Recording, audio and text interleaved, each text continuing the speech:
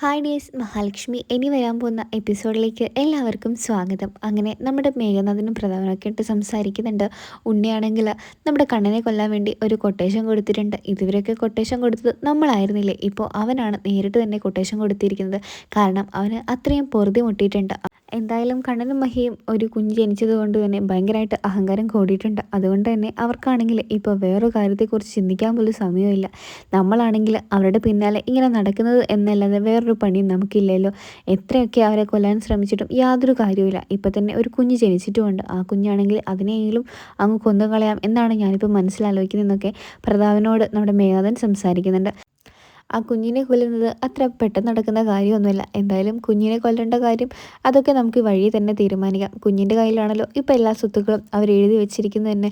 ഇത്രയും കാലം കണ്ണൻ്റെയും മഹിയും പിന്നാലെ നടക്കുക എന്നല്ലാതെ വേറൊരു പണി നമ്മളെ കൊണ്ട് ചെയ്യാൻ കഴിഞ്ഞിട്ടില്ല. അവരൊന്ന് രോമത്തിൽ തൊടാൻ പോലും നമ്മളെ കൊണ്ട് കഴിഞ്ഞിട്ടില്ല. ഇനി അങ്ങനെ പാടില്ല.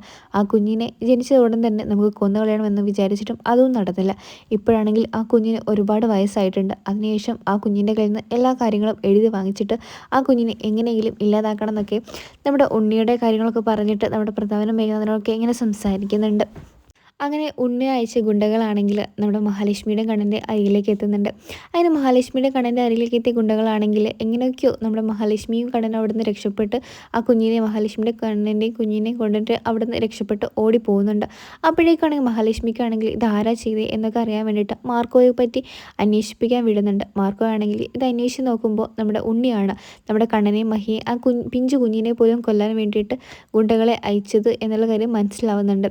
അങ്ങനെ നമ്മുടെ മഹിയാണെങ്കിൽ പിറ്റേന്ന് രാവിലെ തന്നെ അമ്പലത്തിലൊന്ന് പോകുന്നുണ്ട്. അമ്പലത്തിലെത്തിയ മഹിയാണെങ്കിൽ ഈ കാര്യത്തെക്കുറിച്ചൊക്കെ അവിടെയുള്ള ആ അമ്മയോട് സംസാരിക്കുന്നുണ്ട്. ആ അമ്മയാണെങ്കിൽ പറയുന്നുണ്ട്, എന്തായാലും മോള് ആ കാര്യം എന്തായാലും നമ്മുടെ ഉണ്ണിയോടും എല്ലാവരോടും തന്നെ തുറന്നു പറയണം. പ്രതാപനാണ് നിൻ്റെ അച്ഛനെ കൊന്നത് എന്നുള്ള കാര്യം നീ എന്തായാലും അവിടെയുള്ള എല്ലാവരോടും തന്നെ പറയണം. കരുണയും ഉണ്ണിയും അകന്നാൽ മാത്രമേ നിങ്ങൾക്കിനി സുഖമായി സന്തോഷമായി ജീവിക്കാൻ സാധിക്കുള്ളൂ.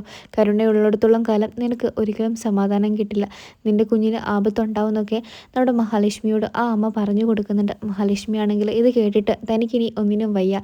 ഇത്രയും കാലം അനുഭവിച്ചു, ഇനി എൻ്റെ കുഞ്ഞിനെയും കൂടെ അനുഭവിച്ച് അവൾക്കൊരു വേദന സഹിക്കാനോ അവൾക്കൊരു വേദന കൊടുക്കാനോ എനിക്കിനി സാധിക്കില്ല എന്നുള്ള കാര്യം മഹാലക്ഷ്മി മനസ്സിലാക്കിയതിന് ശേഷമാണെങ്കിൽ കമലേശ്വരം വീട്ടിലെത്തിയ മഹാലക്ഷ്മി ആണെങ്കിൽ പെട്ടെന്ന് തന്നെ നമ്മുടെ കണ്ണനെയും എല്ലാവരെയും വിളിച്ചു നിർത്തി പറയുന്നുണ്ട്, എനിക്കൊരു കാര്യം പറയാനുണ്ട്, നിങ്ങളെല്ലാവരും ഇത് കേൾക്കണം എന്നുള്ള രീതിയിൽ മഹാലക്ഷ്മി സംസാരിക്കുമ്പോൾ എന്താണ് ഇതിനൊക്കെ പറയാനുള്ളത് എന്നുള്ള രീതിയിൽ ദുർഗ ചോദിക്കുന്നുണ്ട്. എനിക്ക് പറയാനുള്ളത് നിങ്ങളുടെ ഭർത്താവിൻ്റെ കാര്യമാണെന്ന് പറയുമ്പോൾ ദുർഗ ചോദിക്കുന്നുണ്ട്, എൻ്റെ ഭർത്താവിൻ്റെ കാര്യമോ, അതെന്ത് കാര്യമാണെന്ന് ചോദിക്കുമ്പോൾ നമ്മുടെ മഹാലക്ഷ്മി പറയുന്നുണ്ട്, നീ കാണിച്ചു കൂട്ടിയതൊക്കെ നിൻ്റെ ഈ ഭാര്യയ്ക്ക് വേണ്ടിയിട്ടല്ലേ, അവൾ പറഞ്ഞിട്ടില്ലേ എന്നൊക്കെ ചോദിക്കുമ്പോൾ ഉണ്ണിയൊന്നും മിണ്ടാതെ നിൽക്കുന്നുണ്ട്. ഞാൻ എന്ത് ചെയ്തിട്ടാണ് നിങ്ങൾ എന്നോട് ഇങ്ങനെ പറയുന്നതെന്നൊക്കെ ഉണ്ണി ഇങ്ങനെ ചോദിക്കുന്നുണ്ട്. അപ്പോൾ നമ്മുടെ മഹാലക്ഷ്മി പറയുന്നുണ്ട്, എനിക്കെല്ലാം മനസ്സിലായി, അതുകൊണ്ട് തന്നെയാണ് നിന്നോട് ഇങ്ങോട്ടേക്ക് ചോദിക്കാൻ വന്നതെന്നുള്ള കാര്യം മഹാലക്ഷ്മി തുറന്നടിച്ച് നമ്മുടെ ഉണ്ണിയോട് സംസാരിക്കുമ്പോൾ ഉണ്ണി പറയുന്നുണ്ട്, എന്താ നിങ്ങൾക്ക് പറയാനുള്ളത് കേൾക്കട്ടെ എന്ന് പറയുമ്പോൾ മഹാലക്ഷ്മിയാണെങ്കിൽ പറയുന്നുണ്ട്, നിൻ്റെ അച്ഛനെ കൊന്ന, നീ അത്രയേറെ സ്നേഹിക്കുന്ന നിൻ്റെ സ്വന്തം അച്ഛനെ കൊന്നത് ഇവളുടെ അച്ഛനാണ്, എന്ന് വെച്ചാൽ എൻ്റെ രണ്ടാം അച്ഛനാണ് ഇതെല്ലാം ചെയ്തത്.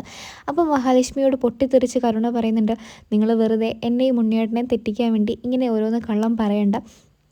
ഞാൻ അപ്പോഴേ ഉണ്ണിയോട് പറഞ്ഞതല്ലേ ഇവളിങ്ങനെ ഓരോ കള്ളം കൊണ്ട് എന്തായാലും വരും എന്നുള്ള കാര്യമൊക്കെ നമ്മുടെ ഉണ്ണിയോട് കരുണ പറയുന്നുണ്ട്. പക്ഷേ കരുണയാണെങ്കിൽ ഇതൊക്കെ പറയുമ്പോൾ നമ്മുടെ ഉണ്ണിക്ക് അത്രയേറെ വിശ്വാസമൊന്നും വരുന്നില്ല മഹാലക്ഷ്മി പറഞ്ഞത് സത്യമാണെന്ന്. പക്ഷേങ്കിൽ മഹാലക്ഷ്മി തെളിവോടെ എല്ലാ കാര്യങ്ങളും ഉണ്ണിക്ക് മുമ്പിൽ നിരത്തുന്നുണ്ട്. പക്ഷേങ്കിൽ ഇതൊക്കെ കേട്ടിട്ടും കണ്ടിട്ടൊക്കെ നമ്മുടെ കണ്ണനാണെങ്കിൽ അത്ഭുതത്തോടെ മഹാലക്ഷ്മി ഇങ്ങനെ നോക്കി നിൽക്കുന്നുണ്ട്. കാരണം ഇത്രയും കാലം കൂടെ ജീവിച്ചിട്ടും ഈ ഒരു സത്യത്തെക്കുറിച്ച് ഒരിക്കൽ പോലും മഹാലക്ഷ്മി തന്നോട് പറഞ്ഞില്ലല്ലോ എന്നാണ് കണ്ണൻ ആ നിമിഷം ആലോചിക്കുന്നത്. ചെറുതായിട്ട് കണ്ണന് മഹാലക്ഷ്മിയോടൊരു ദേഷ്യമൊക്കെ തോന്നുന്നുണ്ട്. അതിനുശേഷമാണെങ്കിൽ നമ്മുടെ ഉണ്ണി പറയുന്നുണ്ട്, മഹാലക്ഷ്മി പറഞ്ഞത് സത്യമാണോ അല്ലയോ എന്നൊന്നും എനിക്കറിയില്ല. സത്യമാണെങ്കിൽ അല്ലെങ്കിൽ നീ ഇപ്പോൾ തന്നെ നിൻ്റെ മുത്തശ്ശിയും അച്ഛനെയും വിളിച്ചിട്ട് എൻ്റെ മുമ്പിലിരുന്ന് സ്പീക്കറിലിട്ട് സംസാരിക്കണം. സത്യം എന്താണെന്ന് എനിക്കറിഞ്ഞേ മതിയാവും കരുണ എന്നുള്ള രീതിയിൽ കരുണയോട് സംസാരിക്കുന്നുണ്ട്. അങ്ങനെ കരുണയാണെങ്കിൽ നമ്മുടെ മുത്തശ്ശിയെ വിളിക്കുന്നുണ്ട്. കാരണം കരുണയ്ക്കും ഈ കാര്യത്തെക്കുറിച്ച് ഒന്നും തന്നെ അറിയാത്തത് കൊണ്ട് തന്നെ കരുണയ്ക്ക് യാതൊരു ഭയമില്ലാതെ കൂടെ തന്നെ കരുണ മുത്തശ്ശിയെ വിളിച്ചിട്ട് ഈ കാര്യത്തെക്കുറിച്ച് സത്യം അറിയാൻ വേണ്ടിയിട്ട് ചോദിക്കുന്നുണ്ട്. മുത്തശ്ശിയുടെ വായിൽ നിന്ന് ആ സത്യം പുറത്തു വരുന്നുണ്ട്. നിൻ്റെ അച്ഛനാണ് ആ ഉണ്ണിയുടെ അച്ഛനെ കൊന്നതെന്നുള്ള സത്യം മുത്തശ്ശി നമ്മുടെ കരുണയോട് പറയുന്നുണ്ട്. അതിനുശേഷമാണെങ്കിൽ കരുണയോട് പറയുന്നുണ്ട്, നീ ഈ ഒരു വിവരം ആരോടും മറ്റാരോടും തന്നെ പറയാൻ പാടില്ല.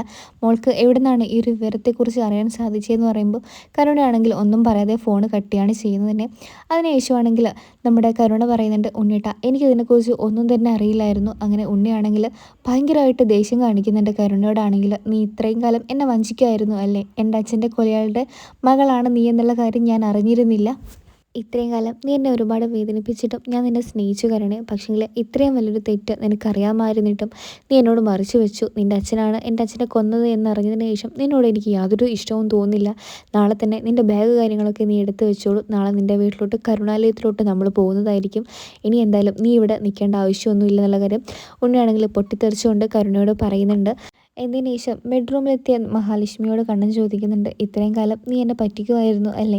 ഇത്രയും വലിയൊരു കാര്യം നീ എന്നോട് മറച്ചു വെക്കുമെന്ന് സ്വപ്നത്തിൽ പോലും ഞാൻ വിചാരിച്ചിരുന്നില്ല മഹാലക്ഷ്മി. നീ ഇത് ചെയ്ത് വലിയൊരു തെറ്റ് തന്നെയായിപ്പോയി. നിന്നോടും നിൻ്റെ അമ്മയോടും ഞാൻ അന്ന് ചോദിച്ചിരുന്നു, എന്തുകൊണ്ടാണ് എന്നെ വിവാഹം കഴിക്കാൻ നിങ്ങൾ ഇത്രയും നിർബന്ധം പിടിക്കുന്നത്? അന്ന് എനിക്കറിയില്ലായിരുന്നു നീ ഈ ഒരു കാര്യം കൊണ്ടാണ് എന്നെ കല്യാണം കഴിക്കാൻ സമ്മതിച്ചെന്നുള്ളത്. പക്ഷേങ്കിൽ ഇപ്പം എനിക്ക് കണ്ണേട്ടനെ ഒരുപാട് ഇഷ്ടമാണെന്നൊക്കെ മഹി പറയുന്നുണ്ടെങ്കിലും കണ്ണനാണെങ്കിൽ ഒന്നും തന്നെ മഹിയോട് സംസാരിക്കാൻ തയ്യാറാവുന്നില്ല. അങ്ങനെ മഹിയോട് ഭയങ്കരമായിട്ട് ദേഷ്യത്തിൽ നിൽക്കുന്ന കണ്ണനെയാണ് നമുക്ക് കാണാൻ സാധിക്കുന്നത് തന്നെ. അങ്ങനെ പിറ്റേന്ന് രാവിലെ തന്നെ നമ്മുടെ കണ്ണനാണെങ്കിൽ ഭയങ്കരമായിട്ട് ദേഷ്യത്തിൽ തന്നെയാണ് മഹിയോട് നിൽക്കുന്നത്. ആ സമയത്ത് നമ്മുടെ ഉണ്ണിയാണെങ്കിൽ കരുണയും കൊണ്ട് കരുണാലയത്തിലോട്ട് പുറപ്പെടുന്ന ഒരു നിമിഷം തന്നെയാണ് നമുക്ക് മുമ്പിൽ കാണാൻ സാധിക്കുന്നത് തന്നെ. കരുണയുടെ കരുണാലയത്തിൽ എത്തിയതിന് ശേഷമാണെങ്കിൽ ഉണ്ണി പറയുന്നുണ്ട്, എൻ്റെ അച്ഛനെ കൊന്ന കൊലയാളിയുടെ മകളെ ഇനി എനിക്ക് സ്നേഹിക്കാൻ സാധിക്കില്ല എന്നുള്ള കാര്യം ഉണ്ണിയാണെങ്കിൽ തുറന്നടിച്ച് സംസാരിക്കുന്നുണ്ട്. ഇനി ഇവിടെ നിന്നോട്ടെ. ഇത്രയും കാലം ഇവളിവിടെ പിണങ്ങി വന്ന സമയത്ത് ഞാൻ അവളെ തിരിച്ചു കൊണ്ടുപോകാൻ വേണ്ടി വന്നിരുന്നു. പക്ഷേങ്കിൽ ഇനി അതുണ്ടാവില്ല. ഇനി എനിക്കിവളെ വേണ്ട. നിങ്ങൾ തന്നെ ഇവളെ കാത്തു സൂക്ഷിച്ചോളൂ എന്നൊക്കെ പറഞ്ഞ് ഉണ്ണിയാണെങ്കിൽ അവിടെ നിന്ന് പടിയിറങ്ങാണ് ചെയ്യുന്നത് തന്നെ.